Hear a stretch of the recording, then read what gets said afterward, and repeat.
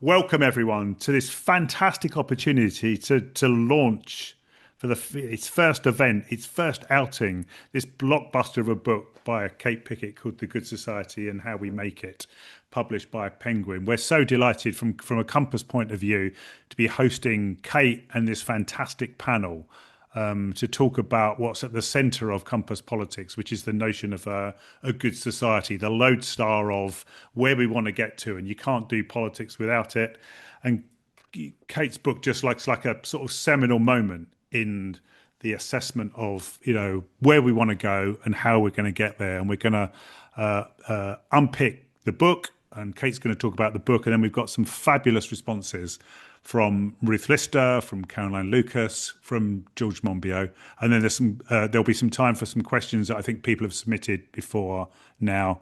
There's over 400 of you. You might be able to see on the call, which is just great, which just shows what kind of appetite people have got for a better kind of politics. I'll say a couple of more words in a minute, but I'm just going to hand over to Priya, who is the co-chief executive of the Equality Trust, which is a brilliant campaigning organisation that Kate helped to set up a while ago, which does what it says on the tin to try and help us build and move towards a more equal society. And we're delighted to be able to sort of share the event with the Equality Trust tonight. So Priya, tell everyone a little bit about the Trust. Thank you very much, Neil, and good evening, everyone. Thank you so much for coming. It is great to be in the company of so many passionate change makers here. So as Neil said, I'm Priya. I'm one of the co-executive directors of the Equality Trust, and we are really delighted to be co-hosting this event tonight with Compass, and really grateful for all the work that's gone into bringing the event together. And it is a real privilege to be part of the event and the launch of a good society, not least because Kate Pickett is one of the co-founders of the Equality Trust, and the ideas in her new book are still deeply entwined with why our organisation exists. So most people in this room, this virtual room, won't need persuading that inequality matters. You already know the evidence, you know the moral case. But I would like to just spend a few moments thinking about how we at Equality Trust think about inequality and why we see it not just as a problem to be solved, but as one of the most powerful levers and drivers we have for building a good society. One of the phrases we often use at Equality Trust is all roads lead to inequality. And by that, we mean that we don't mean that inequality is the only thing that matters, but we mean it's a connecting thread that runs through so many of the challenges we care about. So if we're worried about poor health, struggling schools, crime and insecurity, political disengagement, social fragmentation, or even our ability to respond collectively to the climate breakdown, then sooner or later you run into inequality when you're thinking about those things and looking at those things in more detail. And the evidence is remarkably consistent. When societies are more equal, outcomes improve across a wide variety of measures. And we go back to the strap line of the spirit level. Why or more equal societies are better for everyone. So inequality isn't a niche issue. It's not a nice to have once growth or productivity or competitiveness are dealt with. It is completely foundational. So that's why we're increasingly careful about how we talk about inequality. It's often framed as a consequence, something unfortunate that happens after decisions are made elsewhere, or as a trade-off, a price we pay for progress. But, we see it differently. We see reducing inequality as a strategic choice that makes it easier to achieve the things that we want: healthier lives, stronger communities, a more resilient economy, a more genuinely democratic society, and a planet that we can pass on to our children and grandchildren to live in. So in other words, if we are really serious about a good society, inequality isn't something to circle back to later. It's one of the first places we should look. And that kind of frames and shapes everything we do at Equality Trust. It shapes the research that we commission and share. It shapes how we engage with policymakers and public bodies. It shapes our narrative and our work and how inequality is talked about, understood, and sometimes deliberately obscured. So our role isn't to kind of own the idea of inequality, it's to hold that thread and keep drawing the attention back to it, especially when debates get noisy, technical, or fragmented. And that's why this new book, A Good Society, matters so much, because it doesn't just diagnose what's wrong, it asks us to be more ambitious about what's possible, more honest about the structural conditions that make a good society viable in the first place, and the structural conditions that keep us in this neoliberal crises that we're in. So Kate's going to steal in a moment. I don't want to steal her thunder, but I will say this. The vision in the book is exactly the kind of vision that needs inequality to be taken seriously, not as an add-on, but as a central organising principle. Thank, brilliant. Thank you, Priya, and thank you for all the great work the Equality Trust do. I'm going to go over to Kate to talk about the book and bring out the central tenets of it, which you can only do for 15 minutes, which means you have to go and buy the book. You know, you have to go and, this is just a warmer-upper for you.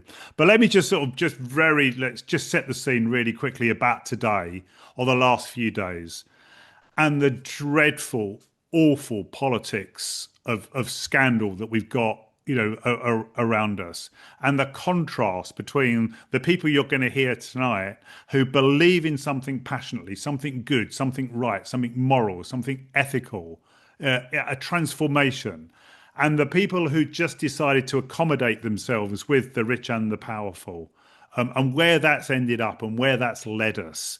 And I think we have to use what's going on today in Parliament, in the media, around us to completely and utterly reset our political culture and our political structure.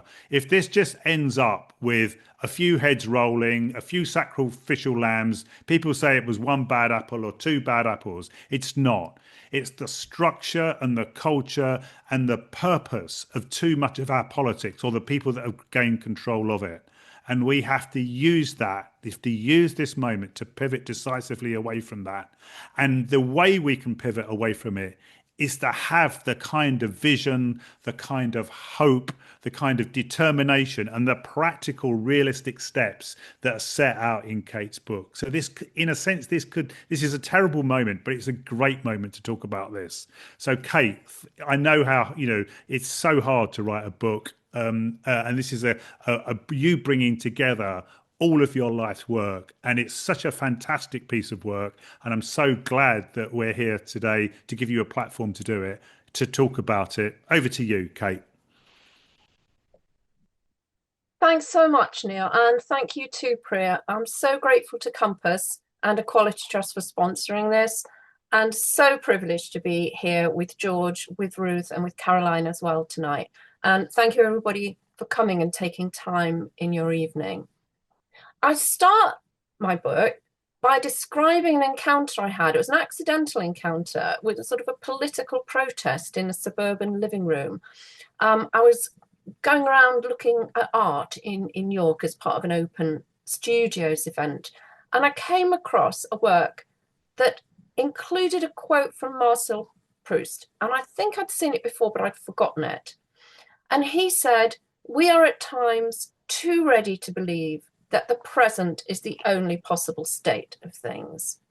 And that brought me up short, because for decades, through conducting and collating with Richard Wilkinson, the work that we put together into the spirit level and the inner level, I've been focused on the damage that inequality does to our collective health and well-being. But since we started to make that evidence better known, there hasn't been a concerted effort to address the problems.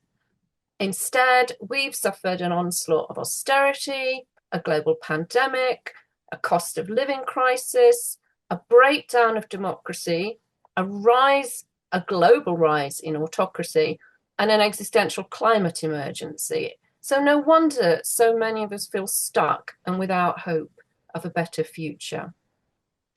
I realise that while we've diagnosed and described the problem so many times, and my fellow panelists have contributed a huge amount to these efforts, as have progressive civil society, the evidence is too often left gathering dust on shelves.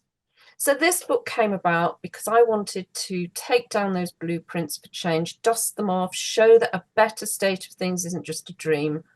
It's a practical, evidence-based reality. So we're living in a time of crisis, and we can witness suffering on every side.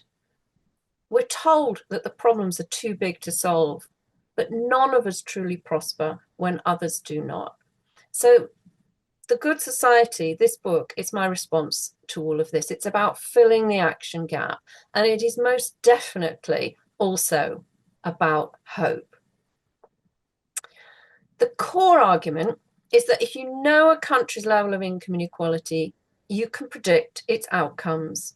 Inequality is the bedrock on which our current society is crumbling. It's a root cause of our low levels of population health, our lack of social cohesion, the constraints on our children's life chances, our environmental problems, and our democratic deficit. And inequality isn't just about money, about who has too little and who has too much. It's also about the toxic levels of chronic social stress that causes. Inequality increases the social evaluative threat, the fear of how others judge us. It forces us into a cycle of self-enhancement, conspicuous consumption, and for many, a withdrawal into depression and anxiety. So in The Good Society, I chose to focus on 4 key areas. And that's partly because they form the foundation of our quality of life. And in part, it's because I'm a social epidemiologist. That's the branch of science and social science that concerns the social determinants of health and well-being. But because I've also been working within large interdisciplinary research programs on the environment, on economic development, and on well-being, I thought I would look at the things that I know best and that are most important for our quality of life. So I've chosen to look carefully at health inequalities in particular, at care, and that's all the kinds of care we need, childcare, care for children whose parents can't look after them for one reason or another, care for those with special needs and disabilities, and of course, care for the elderly, and also at the education system and at prisons. And throughout the book, I'm using my own expertise, my knowledge, my experience, but I'm also pulling in the work of a very wide network of researchers and thinkers to show us what a good society could look like. So let's focus on health for a moment. For our population health, we need a system, and I mean a whole societal ecosystem where prevention is the priority. One single statistic really highlights everything that's wrong with our population health. A man in one of the UK's poorest areas lives 10 years less than a man in the richest. Actually, in some of our cities, the gap is even larger. And this isn't just a failure of healthcare, it's a failure of the broader, wider social determinants of health. And that includes things like housing, work-related stress, and poverty. The list goes on, all of which need to be addressed through a focus on prevention and providing people with healthy livelihoods. That's really key. If we think about social care, we want a system that really cares for people. We're facing a demographic crisis where 2.5 million older people have got unmet care needs. And local authorities have got only 6% of the childcare places that they need for children with disabilities. Every bit of our social care systems is broken. We need to create the structures and the culture where care is funded, where it is respected, and where it is respectful. If we look at our education system, at the moment, it's leaving 37% of our children without basic skills by age 15. And that is despite a relentless focus on tests and exams that's decried by teachers across the age range of the children they're teaching. In a good society, education should be inspiring creativity and it should be leaving nobody behind. If we think about our criminal justice system and our prison system, we've got the highest imprisonment rate in Western Europe, and yet all of the evidence shows that prison fails to reduce crime. And if we look at who we imprison, about 1/3 of people in our prisons have got learning or other disabilities. About half of them have got a neurodivergent condition. That's autism and ADHD. More than half of them are illiterate. 84% of them have had an adverse childhood experience, like experiencing violence in the home. We absolutely must pivot to, again, focus on prevention and rehabilitation. We need to look at this as a completely failed system of social control, see it for what it is, and move towards a more moral and an evidence-based approach. And in the book, I describe shining examples of better systems of criminal justice. And all we need to do is learn from those other places. Finally, I ask how we can build a good society on a planet that has finite resources, how we can live within our boundaries. And I show that we need to adopt 10 principles of new economic thinking and adapt the practices that are already in place, where well-being is put at the center of societal ambitions and policies. Now, skeptics might think this is utopian. It's not.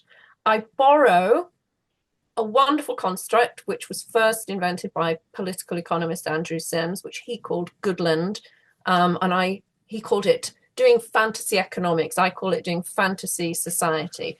And it's where you construct a picture of a better society where all the components are actually happening somewhere in the world. So they're just not all happening in the same place.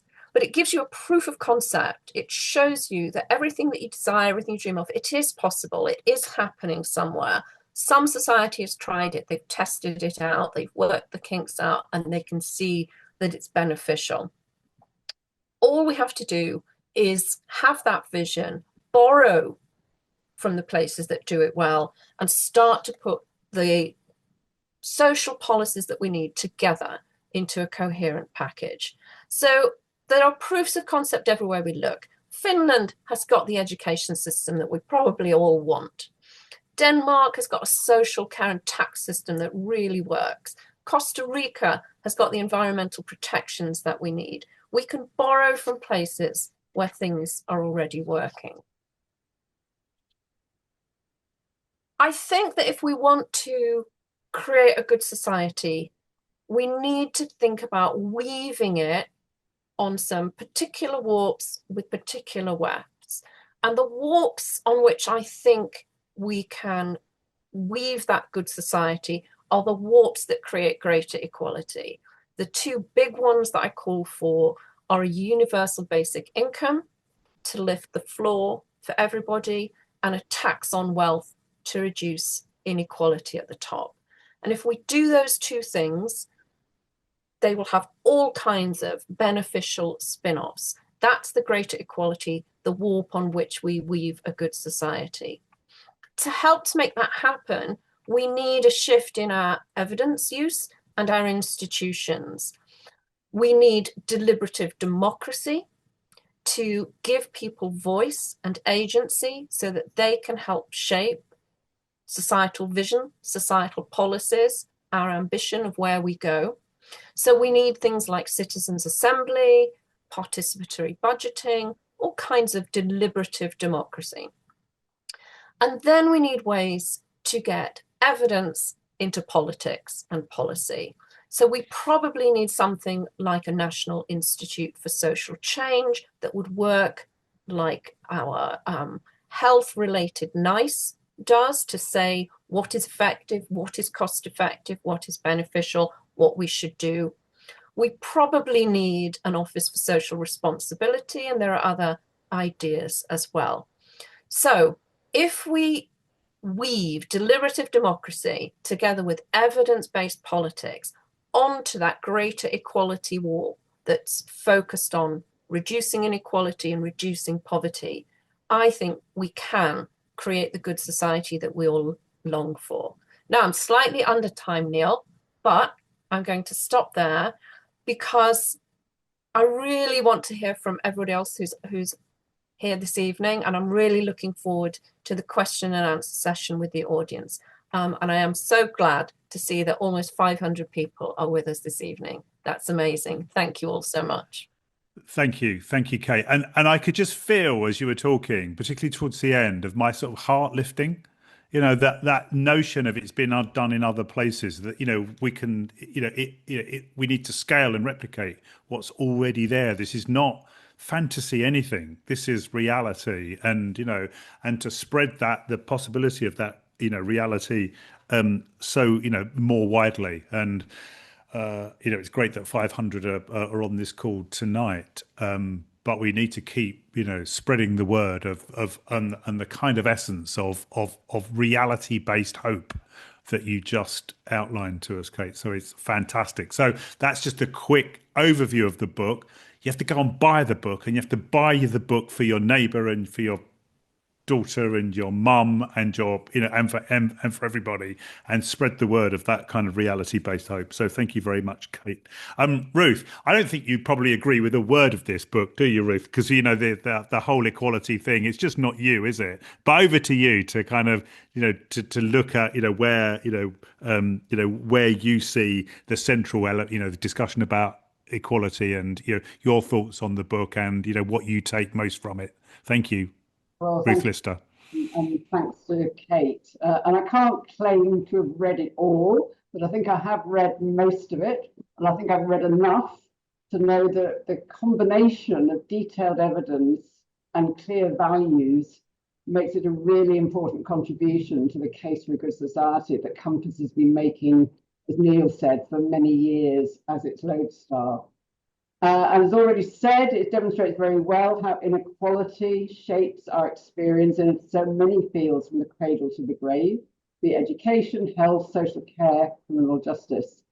And in the prologue, Kate argues that the basic mechanism that links inequality to myriad outcomes is chronic social stress.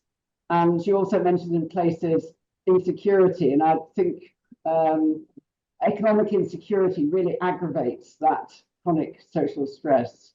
But to quote her, living in a more unequal society changes how we think and feel and how we relate to one another, as evidenced in her earlier book with Richard Wilkinson, The Spirit Level. And of course, inequality has many different dimensions which interact with each other, not just the economic differences traditionally associated with social class, but also those arising from social divisions, including gender, ethnicity, race, immigration status, disability, LGBTQ+ status. Now, in commodified societies such as ours, money matters. And so, like Kate, I'd argue that we have to start with the material building blocks to provide the foundations of a good society. But as she argues, we need also to understand the psychological and emotional effects of inequality, which are played out in social relations, as social equality is undermined by economic equality. And here, and I don't want to just kind of say I agree with Kate all the way through, because that might get a bit boring. So here, I'd suggest that a human rights perspective is helpful, which I think I couldn't see in the book, or at least not explicitly. And it's premised on our equal worth and the importance of recognition of and respect for every person's human dignity.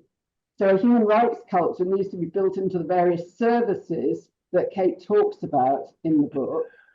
And it's something that the Scottish government has understood, including in relation to social security, which is explicitly recognised as a human right in law in Scotland. Important too, from a human rights perspective, is voice, which the book addresses towards the end when it talks about the body of persons who should be proposing and discussing how to build a good society. And I think Caroline will probably talk a bit about this dimension, but I just wanted to say that the book could perhaps have paid more attention to how we dismantle the barriers that make it difficult for members of marginalised groups, such as those living in poverty, to be part of that body of persons whose views are or should be helping to build a good society. And that includes children. After all, the title of my recent Compass pamphlet on child poverty was The Good Society Starts Small. And the book has a lot to say about children, I'm glad to say. I like Kate's idea of a national children's service, but would suggest it could be strengthened if it were informed by a children's rights perspective, as has been adopted in Wales and Scotland. And my attempt at getting such a perspective written into the Children's Wellbeing and Schools Bill, which has just finished its report stage in the Lords yesterday, failed. Surprise, surprise. But if we took children's rights seriously, we would ensure that children had a voice in building a good society, and that legislation was not passed without genuinely taking account of their best interests, as required by the UN Convention on the Rights of the Child, to which we are signed up. Jumping a bit, one unequally distributed resource that I wrote about in my own previous pamphlet for Compass on Good Society, and it's only touched on obliquely in the book, is time. Of course, it interacts with other dimensions on inequality, notably gender, and the book rightly points to the need for reform of the parental leave scheme. This would help achieve a more equal gendered distribution of time spent on paid work and unpaid care work. And time is an important resource when it comes to how we enjoy our lives.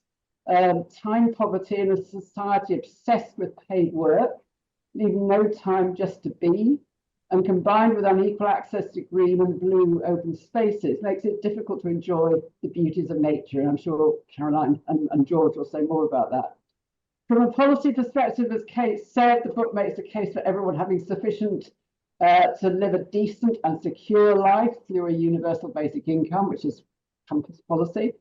And it's good to see not just the arguments for taxation of wealth, but also what Kate calls the joy of tax.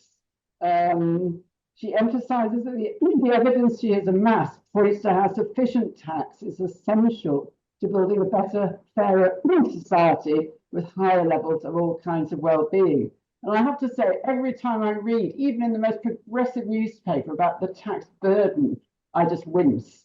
You know, let's think about the joy of tax, what we're contributing when we pay our taxes. So our policy conclusions are very much evidence-based, as you said.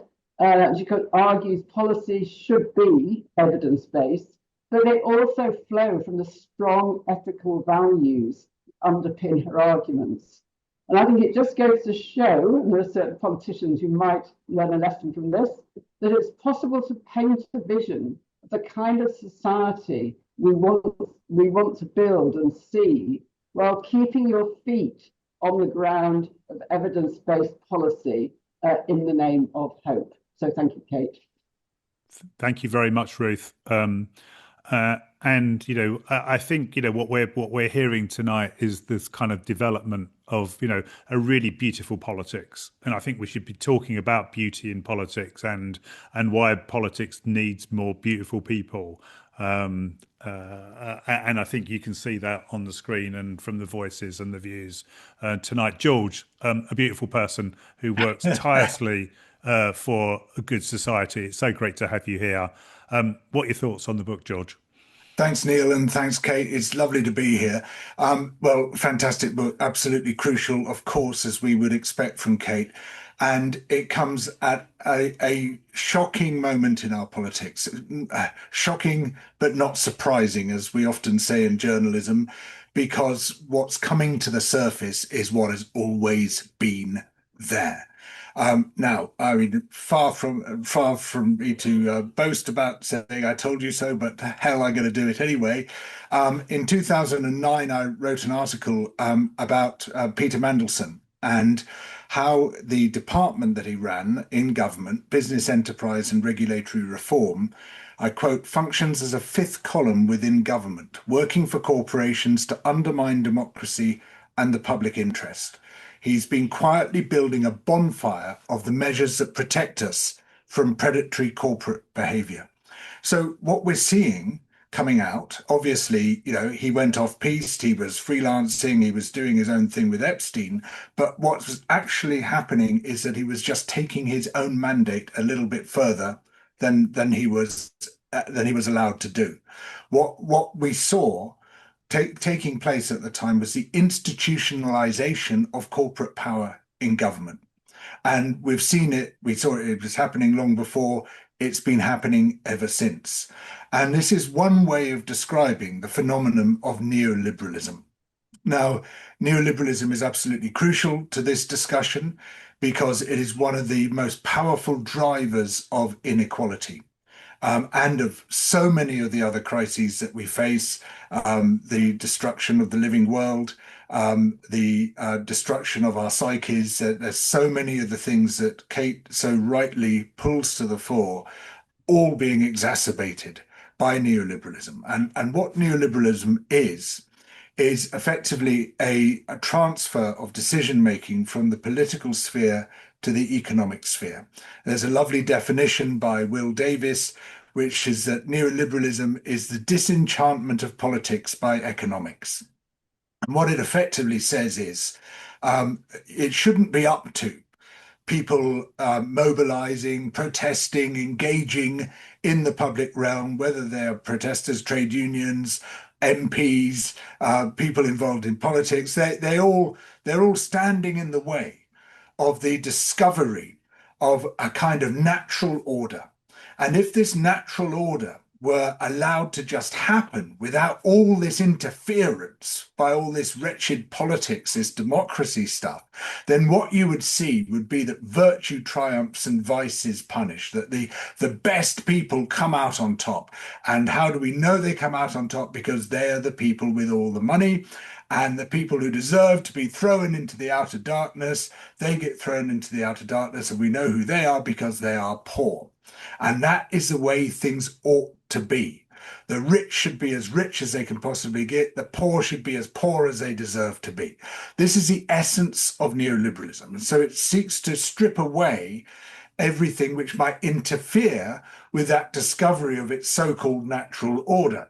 And that means regulation, that means taxation, that means protest, that means organized labor, that means politics and democracy itself.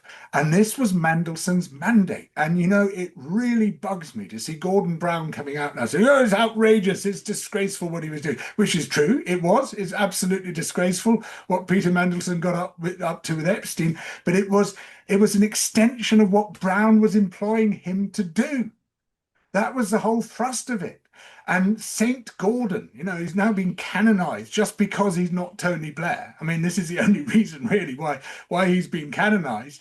You know, he was a guy who universalized the private finance initiative across public services with absolutely devastating impacts for those services, but fantastic impacts for the private corporations who then got their claws into every part of the state with guaranteed returns and all the risk dumped on the state. Perfect, fantastic. And what we saw with that was the further erosion of the public realm, the further enrichment of the super rich, the further extension of inequality right across the very place where we should have been combating it, which is in the public sphere.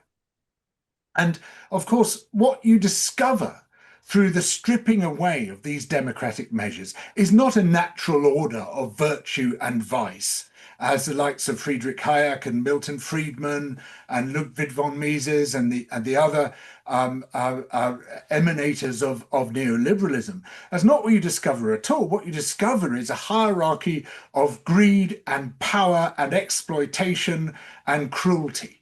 And this, of course, is what we're also seeing coming out in the Epstein files, but coming out in all the stuff that Trump's doing, and unfortunately, a lot of the stuff that Starmer's up to at the same time. We see all the worst human instincts being rewarded, all the worst kinds of behavior being rewarded. We see people who clearly hate and fear the poor, crushing people. Stripping away the little that people have in order to punish them for being poor. And that's really what austerity is all about. That's what these cruel measures such as the two-child benefit cap are all about. And we see them justifying these policies by means of neoliberalism. So, you know, what we were hoping for, what we keep hoping for with changes of government is some break from the neoliberal hegemony. So far, it has not happened, but maybe, just maybe, this extraordinary moment highlighting just how brutal, exploitative, and predatory the gentlefolk are. Maybe this extraordinary moment could help us to shift things. Fantastic, George, and take us on the route, the never-ending journey. Bauman said the good society is one that knows it's not good enough, and we ought to start by breaking the hold of that free market economics on every aspect of our lives. Until we do that, you're absolutely right. We're not going to get the kind of good society set out in the book. Thank you very much, George. Could I just say one thing, Neil? Sorry, it's not free market economics at all. Neoliberalism is the opposite.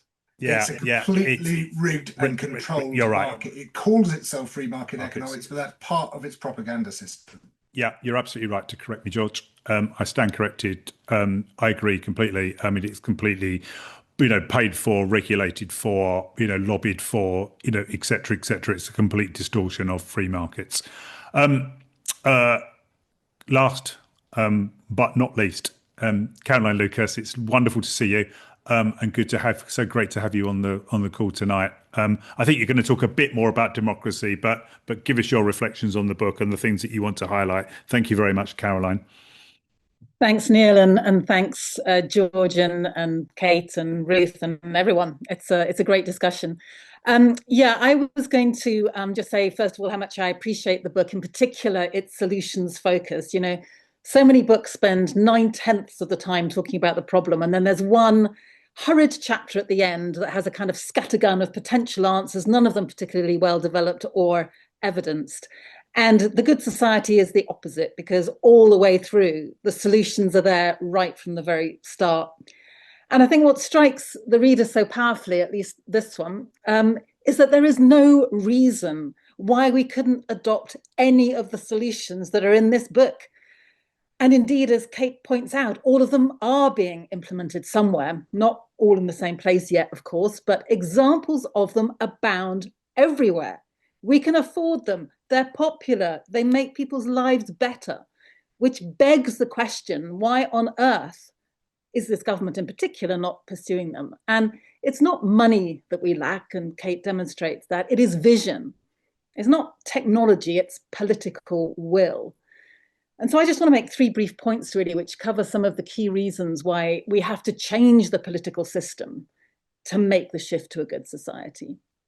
And the first thing to say is, of course, that a better functioning democracy is both a goal and a route to a good society. It's both the ends and the means.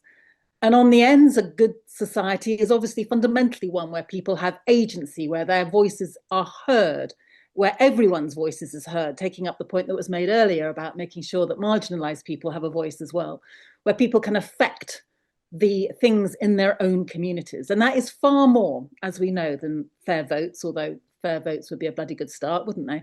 But it's not just something we have to wait for once every 4 or 5 years. It is systemic. So deliberative democracy and examples like citizens' assemblies and participative budgeting shouldn't be just like one-off standalone events, but they need to be stitched into the very fabric of our democratic lives. And at the same time, of course, we need radical devolution and better funding for local authorities.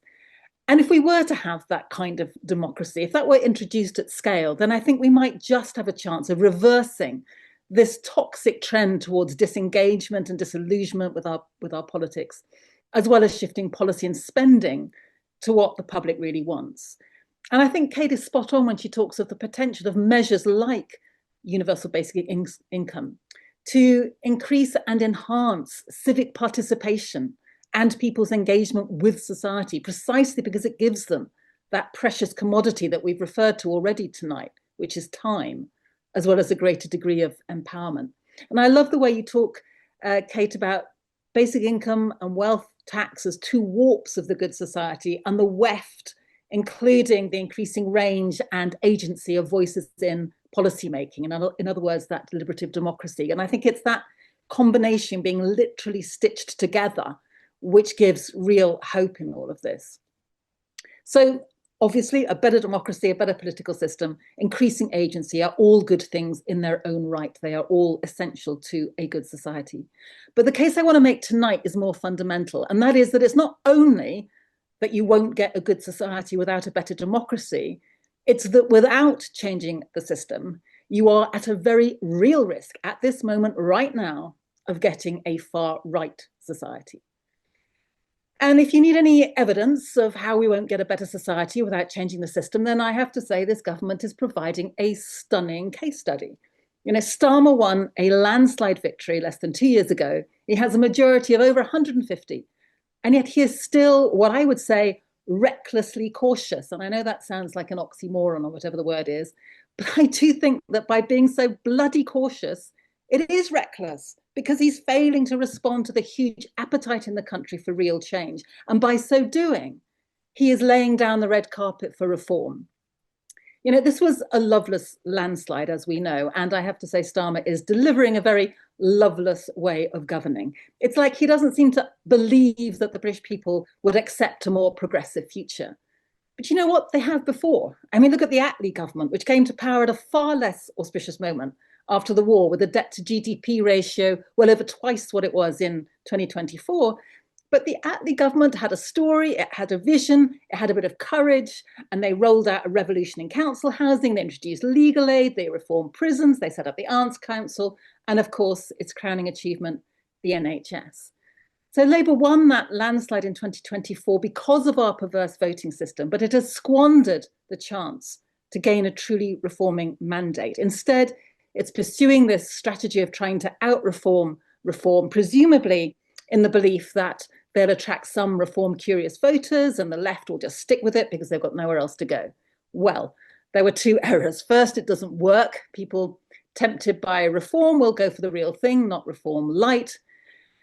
All Labour ends up doing is that kind of cruel doubling of the time to be eligible for indefinite leave to remain, or putting grotesque videos of deportations on TikTok. All of that is legitimising and reinforcing reform's messaging. And another reason it's not working right now, I'm very glad to say, is because actually people do have somewhere else to go. And we're seeing people going to the Greens right now at unprecedented levels. So Labour should be seizing this moment to change the voting system and devolving power and shutting out dark money and cryptocurrencies from our political system and plenty of other measures to build this country's resilience against the far right.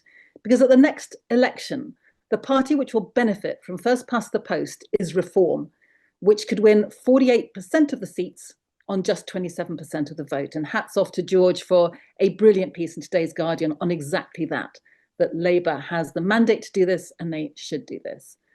And then just my last point really is that it's not just, as they say, changing the system to make the shift to a good society. It's changing the system so hopefully we don't seek even further into the kind of authoritarianism that is associated with the far right. Because we know when people feel unheard or alienated by the political system, it breeds fertile ground for extremism to take root. We need an overhaul of how power operates and how we can all feel that sense of agency over our lives and the places in which we live. The Fairness Foundation had a recent report called Inequality Knocks, and they concluded that there was a very real possibility, in their words, of societal breakdown. And I think they're dead right. And they remind us that around 20% of UK voters under the age of 45 believe our country would be better off with a strong leader who doesn't have to bother about elections. So that is the route that we could go down. The Mandelson scandal has the potential to just deepen that sense of total disillusionment, which will only fuel the right. So this is such a critical moment. And this book is such a critical contribution to reminding us that, yes, democracy has to be front and center, but it's about also doing things like restoring standards in public life. It's about the rights of nature, which I'm sorry we haven't had a chance to get onto, but I'm running out of time. We haven't even talked about democratizing the media, which is another massive challenge. But all of these things, I'm glad to say, are in Kate's wonderful book, and I look forward to discussing it further. Fantastic. Thank you much. Thank you so much, Caroline. I think during when you was all talking, I think Ruth has been made Chancellor. You've been made Prime Minister. George is the overlord of the whole of the environment and taking on neoliberalism. And Kate can be the Secretary of State for the Good Society, which we're definitely going to have one of those. And that just reminds me, and my staff have been telling me that, as ever, the victory of ideas always needs organising. And you've heard some fantastic ideas, some fantastic hope, but we've got to kind of work for that. We've got to campaign for it. We've got to organise for it. We've got to pressure and lobby for it.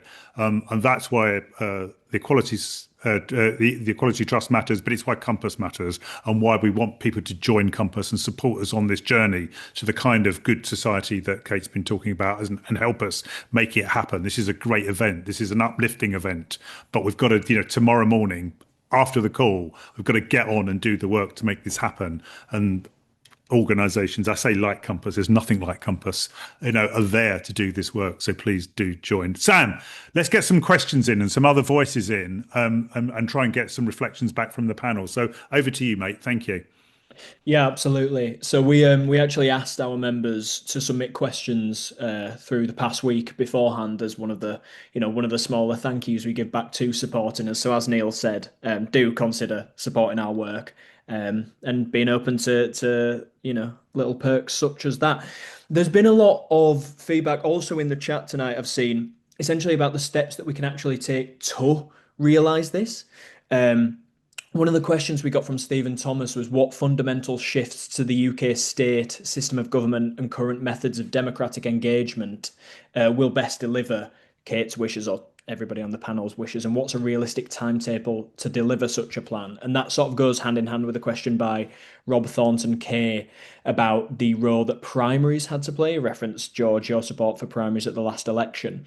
And if that is something that in upcoming elections would be, paramount or part of realizing the good society. So I thought we'd just start there on sort of maybe the more democratic reforms or the governmental reforms. Yeah. George, do you want to say a quick word about South Devon? It'd be really good. Yeah, so some people in my constituency here in South Devon pioneered this idea of a people's primary, that we basically push the parties out the way. We as constituents get together and decide who is our great challenger going to be. We'd had 100 years of Tory rule in this constituency, a classic example of what you, Neil, call a progressive tragedy. The vote was split between Labour and Lib Dems. And so collectively, we decided we're going to get behind just one candidate, and that person will beat the Tories. We got behind the Lib Dem, Caroline Voden, who happened to be a brilliant candidate anyway, and she absolutely trounced them. And the proof of the pudding was not that she trounced the Tories, because a lot of people were doing that, but that Labour's vote share went down from, I think it was 31% to 6%, because the whole constituency just said, right, we're getting behind one candidate. Now, we shouldn't have to play these games. This is what you're faced with in a first past the post system. But if we can get enough people in who support proportional representation, we'll never have to play them again. Yeah, absolutely right. And I mean, Caroline, do you want to say a word about why democracy has to be a first order issue? It's not a luxury that we can do later after we've got won more equality. I mean, I love the wording I've been using recently is that if you put clean water through a dirty pipe, you end up with dirty water, and that's the problem of our system, doesn't it? It just messes everything up, doesn't it, Caroline? Beautifully put. I like that. I shall make a note of it. It does, and it just fuels the anger and contempt that people quite understandably feel with our political system as it is right now. If you don't feel heard, if you can't make a difference in your locality, then you have no agency, and you're just more likely, I think, to feel bloody angry and probably be more likely to vote for reform, because you're just thinking to hell with a lot of them. And so it's deeply dangerous, as well as meaning that that we don't have that healthy body politic that is fundamental to all of the things that Kate was talking about. And it's that old adage, isn't it, that you don't kind of do politics to people. We've got to be doing it with people and from people and making it bottom up. And we know that there's a real appetite for that. And we also know that when we trust the people in that way, when we've seen the outcomes from citizens' assemblies, for example, then by and large, they come up with policies that are far more ambitious than any government of any colour, frankly, when it comes to making decisions based on objective evidence and so forth. So this is something that is so basic. But just the last thing I just want to say is just to reinforce something that I said just now, which is, Starmer right now has the ability to bring in PR. He could do it. He's got the mandate. He got a vote for it in his own, in his own party, and the unions are behind it now. And he's got that bloody big majority, and for him to leave office without having left a legacy of a better politics, including fairer voting and including getting rid of all of that dark money sloshing about, would just be such a dereliction of his duty. And so I just feel that all of us just need to make this as one of the main things we are pushing for, because it's the key that will unlock so much of the rest of it. What's the next one? And we'll bring Kate and Ruth and Priya maybe into it. Yeah, sure. It came from Jeffrey Naylor, and it was, does the panel think that the standards of our current economic systems are conducive to achieving global equitable prosperity, harmony with the earth, and veritable good societies? I think the answer to that is probably no, I would think. But I mean, where, Kate, where do you see the kind of, the tensions with, capitalism, with growth, with, earning, making the money that we then want to redistribute more fairly? How do you see that kind of tension?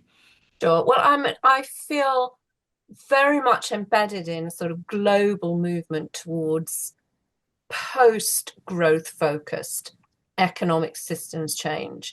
There are people working for this all over the world who recognize that the pursuit of GDP at the cost of everything else is damaging to our well-being, to the planet, etc. Greater minds than mine are thinking about, how to make that shift. And I have been part of a global effort to say, what are the principles of new economic thinking that underpin all of the different flavors of it? And I'll put a link to that in the chat very soon. But it basically is about moving beyond growth, about focusing on well-being, about thinking about social justice and ethics. And I think we, again, like with all the examples, sorry, my camera's going so hopeless. As with all the examples around different bits of social policy working in other places, the new economic thinking is there. It's being described. It's ready. It's why isn't it being heard? Why isn't it being used? Why isn't it being adopted? Just to go back to those former questions, we do all need to be fighting for PR. And I love the idea of those people's primaries. And I think if we could put those two things in place, we would go so far towards being able to create the better society that we have. What I'm loving about tonight is, I have to say, I've been keeping my eyes on the chat, and it's like the world's best book group.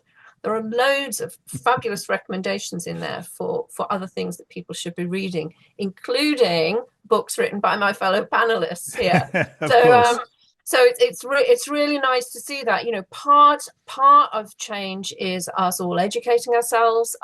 It's about us talking to one another. It's about us working in solidarity for change. So it is about joining Compass, and it is about thinking about how you can support and engage the Equality Trust. It is about talking to friends and family and colleagues and just having these conversations that I think we're also thirsty for. But then, we need the concrete things to fight for. And we are going to have to work really hard to dismantle the current hopeless political system we've got and start to create a phoenix from the ashes. But so many good ideas here tonight in the chat. And, I was really fortunate to have the privilege, really, of chairing an independent inequalities commission for Andy Burnham in Greater Manchester. And as part of that, the commission engaged with people's panels. We talked to people about what they would like to see happening in Greater Manchester. And they were consistently astonishing to me, that the creativity of their ideas, the passion that they had, the solutions that they could think of to make their places better. And all they were looking for really was support to be able to sort of unlock that innovation, that creativity. So people power, people's primaries, and proportional representation, that's the 3 Ps we need, I think. Lots of those. Ruth, do you want to come back on anything that you've heard so far, or any of the questions? It's changing. I very much agree with what's gone up in the chat, that GDP is an entirely meaningless way of measuring anything that the good society would value. we need, I mean, I suppose, I think underlying one of the points is that we tend to, and I think it goes back to what George said at the outset bit, that the social is kind of subordinated to the economic, and whereas really the economic should be the handmaiden of the social, and the economic is the means to an end. But as we always say in Compass, the means are as important as the end. So we've got to get there in a way that is equitable, because just saying we believe in growth, as the present government does it, is kind of it's meaningless, and it's probably going to be inequitable in its effects. And Priya probably has more to say about that. And just on PR, I mean, I was at a meeting last week in Parliament that John Curtis addressed about trends in political parties and voting. And he just said, when is the penny going to drop? That actually, apart from anything else, it is now in Labour's self-interest to go for PR. Now, that I would prefer the arguments for PR that we've heard today, but ultimately, unfortunately, self-interest often rules okay in politics. Priya, a final word from you.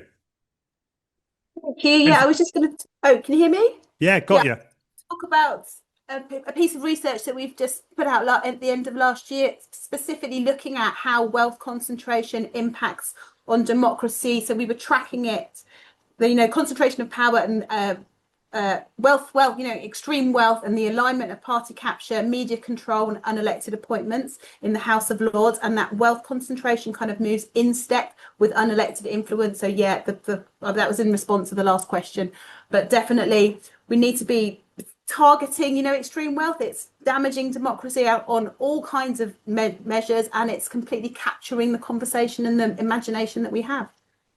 Fantastic. I think we're running out of time now, Sam, which is unfortunate, because we could go on for a lot longer.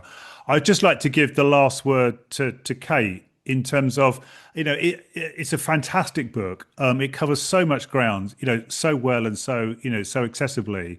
As Caroline said, with so much about terms of, it tells us what we need to do, not just what's wrong. I mean, just give us a kind of final thought, if you can, Kate, about what you see as what's the top line message that that you want people to take from the book and carry with them. But the top line message is to hope, don't give up, don't feel oppressed and downtrodden and hopeless, feel that a good society is possible, and feel that the way to make it real is by working in solidarity, working within our communities, working with one another, and doing whatever each of us can. I mean, I do research on population health, and George writes hard-hitting journalism, and Caroline spent all those years lonely as the only Green MP, and Ruth does all she can in the House of Lords for children in particular and fighting poverty. Neil and Priya, you do what you can. Each of us needs to think, what can I do? What can I do in this movement towards a good society? How can I help? How can I contribute? How can I be active and not passive? And let's weave that good society together. Let's do it hand in hand. I agree with that solidarity point, that community point, that together point. We are at our best when we are with other people, not when we're on our own. And I think tonight has shown that from the panel and from the audience. I live probably by the adage that if you never give up, they can never win. And I think that's and I think you just, and people on the call, and I think perseverance is everything, because when you persevere and never give up, you're much more likely to find your moment. Politics is like a game of musical chairs. You've got to be in the right place when the music stops. And if we keep going and keep working together and thinking and campaigning and organising and writing and all the rest of it that the people on this wonderful panel of doing, then we at least have the chance of being in the right place with the right ideas, with the right network and the right countervailing forces to have the kind of impact and influence that we clearly need for our country and for our environment and for our nature. I'm just so delighted that Kate's published this book. I'm delighted that we've been able to support the book and send it off into the world, and keep it afloat and keep it as a kind of living embodiment of the kind of good society that we all want. Thank you so much for all the people on the call. Sorry we couldn't get in more questions. Absolutely wonderful panel. Thank you, Sam, for your help. But in particular, I'll end with thank you, Kate Pickett, for never giving up, never allowing the other side to win, and giving us this kind of Bible, this lodestar, this way forward, the good society and how we can make it happen. Thank you very much, Kate. Thank you, Caroline. Thank you, Ruth. Thank you, Priya and George, and everyone on the call tonight. Keep in touch, keep hopeful, and let's keep going. Take care, everyone. Good night.